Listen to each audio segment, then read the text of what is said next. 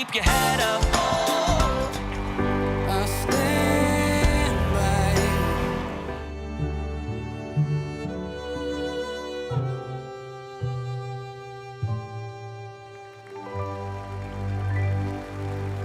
you. All good things have to come to an end.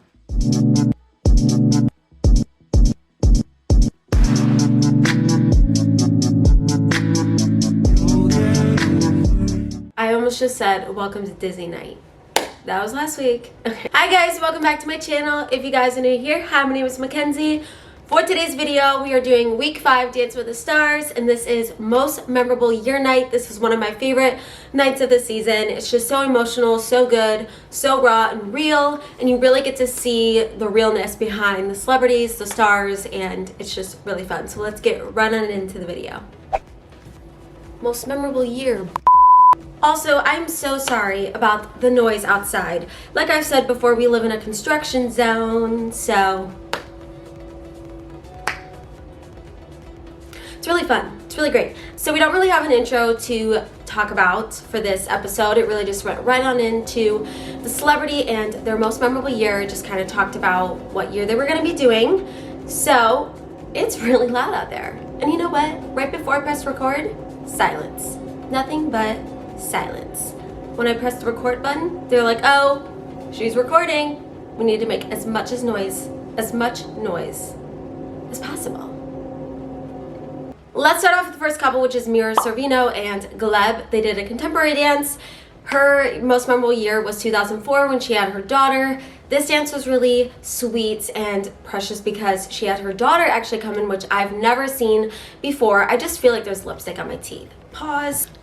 I think there was. But I'm really just having a very comfy time right now in my sweatpants and everything. Okay, so she starts to dance with her daughter. I think it's really, really cute, really precious. I wrote kind of cheesy, but also endearing. I hate even saying, am I a hater? I'm not a hater. I take that back. It wasn't cheesy. It was endearing. It was more endearing than it was cheesy. I'm sorry. If you fall, I will catch you, I'll be waiting. Derek said it was, like I said, we've never seen that before, so I thought that was really, really cool, and I love the idea. Her daughter is a dancer now. Like I said, she was born in 2004, so that would make her 5 years younger than me, which was, okay, math, 19 years old. Okay, Derek said it was joyful. It had so much lightheartedness. Bruno said to work on connecting the core so that it's a little less wobbly. Carrie-Anne said she had so much more joy and freedom as the weeks go on. She's just more connected to herself. She had a 22 out of 30, which is 2 7s from Carrie-Anne and Bruno and 1 8 from Derek. Next couple is Ariana and Pasha. They did a Viennese waltz to Happier Than Ever by Billie Eilish. I was so excited. You already know her most memorable year was 2023 when her whole world crashed. She described it as the year she lost everything but learned so much, or something along the lines of that. Like, you know, her 9-year relationship had just ended. She had found out they were having a 7th-month affair behind her back. Her and her best friend that was also on the show, Raquel and Tom freaking Sandoval. I'm so excited that she chose this. I mean, why wouldn't she? This literally was the most pivotal year, I feel like, probably for her. It changed so much of her life in, I'm sure, like the most devastating way at first, and then the worst things can end up being the best things that ever happened to you. Like the Jonas Brothers song, The Days That Were the Worst Seem to Glow Now. That is so true. Like the things you think that are going to be the end of your life end up saving your life. What's that quote? Why am I so quotish right now? It's like what you thought was going to be the death of you actually was like the birth of who you need to become, and just all these. I literally just made that up. That might be a quote already, but I feel like that was Gandhi speaking from me. And then she goes on to talk about how the first time, or not, I don't know if it was the first time, but it was one of the chances of the affair. She had literally gone to her grandma's funeral. Tom and Raquel stayed at her house, and had themselves a time. So crazy. This was so powerful, a huge message. I love when people have their like redemption story. Just come out and own the person that did them wrong. Love it. Like I said, the best revenge is success, and it's so, so true. Bruno said she's so much of a winner at the end. Carrie-Anne says, as a woman, she loves to watch a woman be a fighter in this way and make it to the other side like she did. Derek kind of commented on a little hiccup they had just because he was nitpicking, but he said it was so good and beautiful. And Ariana cried when they went up to the skybox and Julianne asked her like how she feels. She ended up crying. That's when you know a dance is amazing. When it brings out that crazy emotion that you don't even know is going to happen, that's when you know a dance has just moved you in a different way.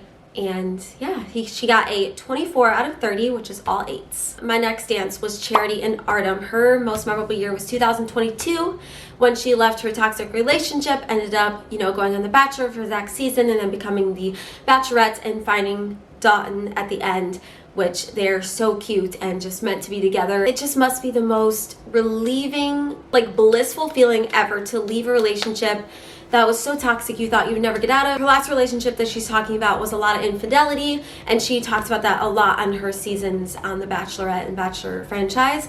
And it must just be such a blissful feeling to end up in such a happy, healthy situation that you thought you never were gonna make it to. That's so great. It showed in her dance how emotional it was. They did a contemporary routine to Lose You to Love Me by Selena Gomez, which already I was hooked. Love that song. It has such a powerful message. They used a prop at the beginning. It was like these monkey bars, these steel monkey bars, and it was kind of to symbolize her being trapped and then to get out of the situation and end up in a much better life for herself with Dotun. It was so good and so moving. Carrie-Anne said, beautifully done and powerful. Derek said, utilized the prop perfectly and danced with such strength and bravery and took the breath away in the room. Bruno said he can tell she's finally being herself and she's made it out of the fire and she should rejoice in who she is. She got a 28 out of 30. She got 2 9s from Derek and Bruno and 1 10 from Carrie-Anne. First 10 of the season goes to Charity. The next couple was Allison and Sasha. Her most memorable year was 2003 when she met her husband, got married, found the love of her life. She says that he's the best person on earth. They did a Viennese Waltz 2, Perfect by Ed Sheeran, because if she could write a song about their love, that's what she would write. I love love. I love love stories. I love ones that are great and for the ages and amazing. And he came into the studio and you can just feel like their love is palpable. It's so good and so rich and true, and that's few and far in between in today's world, honestly, if I'm being for real. So when I see that real love, it makes it that much more special and magical. So I love that. I love how she tapped into her more vulnerable side. I feel like she's used to being humorous, not really being serious, which is fun, and she's kind of had the dance ability to do that and the dance freedom and the choreography to do that. Now she's really back and could really just give her all to this performance for her husband. So I think that's awesome. Derek said such a huge difference. The frame and everything was better. Bruno said it was elegant, fluid, and you could feel her love for her husband through the dance. Carrie-Anne said it shows how hard she's worked to become a better dancer over these weeks. She got a 21 out of 30, which is all 7s, which I think are her best scores so far. Next couple is Harry and Rylee. His most memorable year was 2020 when Too Hot to Handle happened, but it was also one of his most darkest periods of his life. He said he got a lot of hate. He was lost, he partied, he really just lost who he was. He did a contemporary routine to Gotta Keep Your Head Up. I've been waiting on the sunset, bills on my mindset. These are my thoughts. I have high expectations for him over last week because he really redeemed himself last week. I feel like he fell back. I liked it, but I also feel like there was too many tricks. But in that same sentence, he also nailed being her partner for the tricks, so that was good. I feel like he was really stiff, and a lot of times Rylee ends up being the star of the show because obviously she is a good dancer, she's a pro, she's amazing, but you want to kind of dance to cater his ability to let him shine. And I feel like a lot of times she is the one shining because he's just not that good of a dancer. But Bruno said to work on the musicality still, which it's week 5 and he's still saying that. Carrie-Anne said went backwards a little bit. When you dance with Rylee, you come into your own, but by yourself, you lose it, which is so true. It's like His partnership with Rylee is very strong and very good, and then when he's by himself, you can tell he's hesitant, kind of looking for that next move. Derek said the lifts are very impressive to do, so he gave him a compliment, which is really cool, but he did get all 6s for an 18 out of 30, so he did go back score-wise. So we're taking a break from the couples to honor our past late judge who passed away last year, Len Goodman. He was the head judge, the iconic judge of Dance with the Stars forever. He, started it all. He's amazing and will live on forever in the ballroom. Like they said, the ballroom will never be the same. They did a tribute dance choreographed by Jenna and Val. And let me just say, this whole dance, I was crying the entire time. They did a tribute video before and had the pros honor him and kind of speak their favorite memories of him and what he means to them, and cried the entire time. Len's favorite dance was the waltz, so they did a classic waltz across the floor, and it was so moving, and then they turned to the judges. I'm gonna cry right now thinking about it. Woo!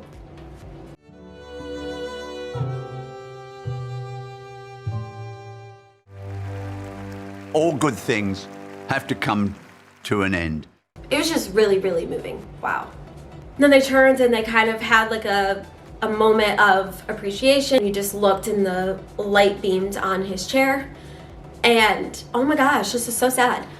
Carrie-Anne was crying. Everyone was crying. Bruno was crying. Bruno lost it. And then I think Carrie-Anne came over to hug him. And it was just this really sweet moment that I've never seen on Dance with the Stars, because nothing I think of this magnitude has really ever went down. And then at the end, as they're pointing to his seat, it's him and his voiceover.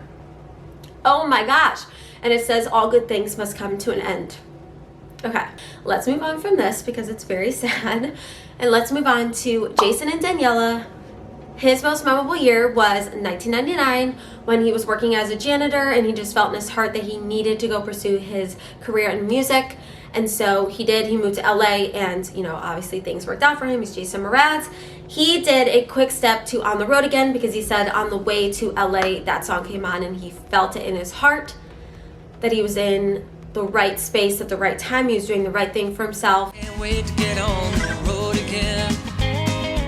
I think this was so good, and last week, like I said, he kind of fell off a little bit just because it wasn't really his style of dance. He was still great, but this week he claims that frontrunner title right back.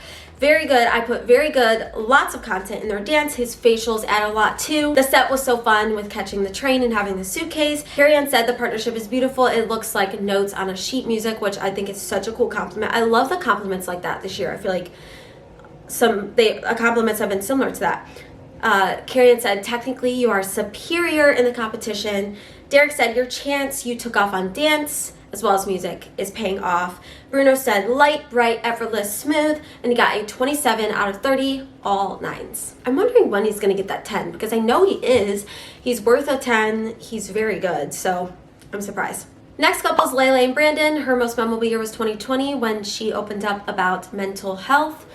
Talked about her struggles with severe OCD and anxiety, etc. She said she used to get comments on her videos, this girl's never gonna get married. Flash forward, she got married, and she wants to shed a light on this dance of how much positivity her husband has brought to her life. She did Contemporary by Stand By You by The Pretenders, which is such a good song. 'Cause I've seen the dark side too. Chills. Best dance of hers so far. Derek said, felt the dance from beginning to end. Bruno said, I saw the real you. Carrie-Anne also said her best dance so far. She got a 24 out of 30, which is all 8s. Next couple is Xochitl and Val. Her most memorable year was 2021 when she landed her first role in her movie, which was Doctor Strange. She also made history by being the first Latino superhero. So round of applause for that. That is such a big deal. She's like 17, 16. 15? I forget. She was very young. She's 18 now, so in 2021, she was around like 15, 16. She talked about how because her life was so chaotic and obviously she wouldn't change it for the world, but she did miss her quinceañera, so she didn't really get to have that. So her dance symbolized her quinceañera. She was in her ball gown, she had her tiara on, and they did a Vietnamese waltz too, Until I Found You. Like I did, or I used to say. I feel like she's just beautiful, naturally gifted at dance. You would think she's been a dancer. Bruno said, swept us all away, twirling like a glittery whirlwinds, which I think is a cool compliment. Carrie-Anne said seamless, effortless, did call out a wobble, said she hates to be nitpicking, but she did it with Jason. Derek said perfect princess, she has a youthful charm, but dances with much maturity.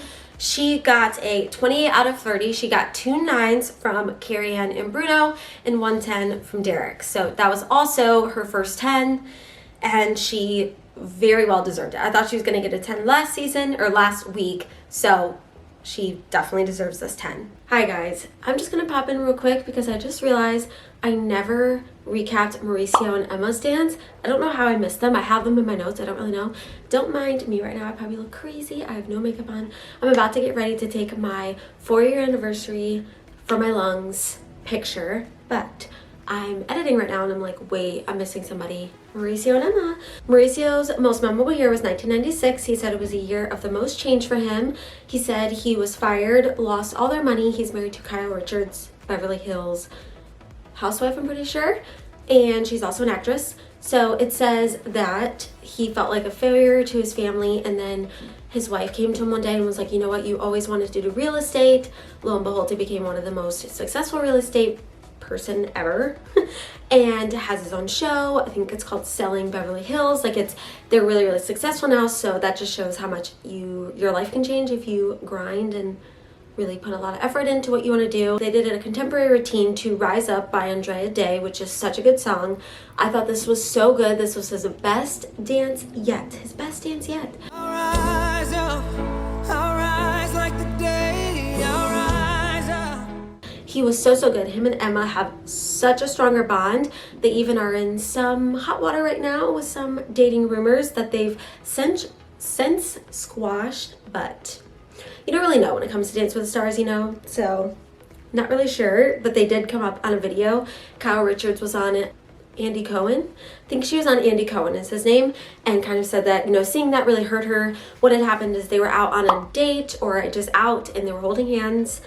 Not really sure about that, but so let's get to what the judges said. I feel like they told his story and his journey perfectly. He really just came to life. I feel like he wins the award so far for Most Improved. Like, it was really, really good. Carrie-Anne said, beautiful, every movement was in sync. Derek said, you have become a freaking dancer. And Bruno said, your best dance yet. And he got a 24 out of 30, all 8s. Sorry I had to come on like this. Let's go on to the next couple. Our last and final couple is Barry and Peta. His most memorable year was no other than 1968 when he booked Brady Bunch. And duh. Like, he's such an icon. He said he was, you know, just kind of living his life before he was thrust into one of the biggest TV shows that was very demanding, and he was very young, but it was so good. This dance was a passe doble to Born to be Wild.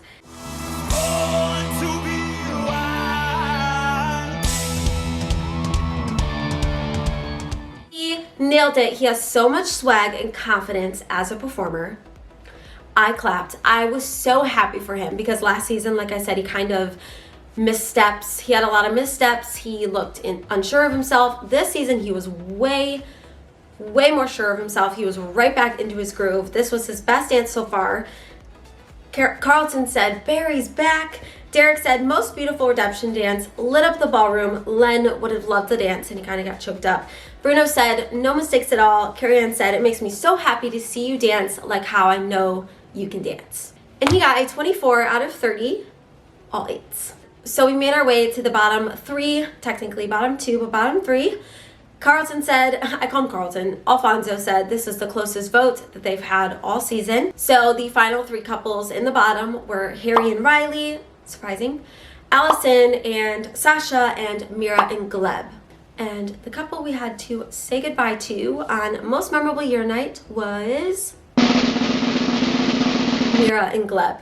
I had a feeling it was going to be her. I just felt like out of those 3, I feel like it could have easily been Allison or Mira, but I felt like Mira, for some reason, in my heart of hearts, was just going to go home, which I feel like she had such a good journey. She was so shocked, which is sad. I hate seeing people really upset because, you know, that would be so fun and very hard to leave because you just put all this energy into something and now you have to just say goodbye to it. It would be really hard. But she did such a good job. I cannot say like she should.